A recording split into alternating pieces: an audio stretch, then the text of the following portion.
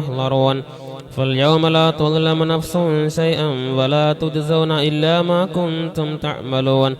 إن أصحاب الجنة اليوم في شغل فاكهون هم وأزواجهم في ظلال على الأرائك متكئون لهم فيها فاكهة ولهم ما يدعون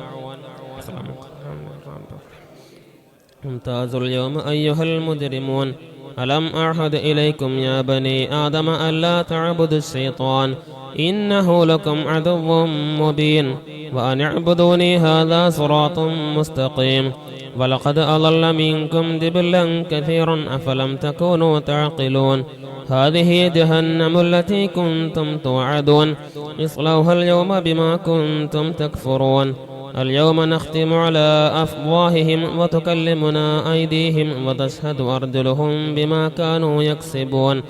ولو نشاء لطمسنا على أعينهم فاستبقوا الصراط فأنى يبصرون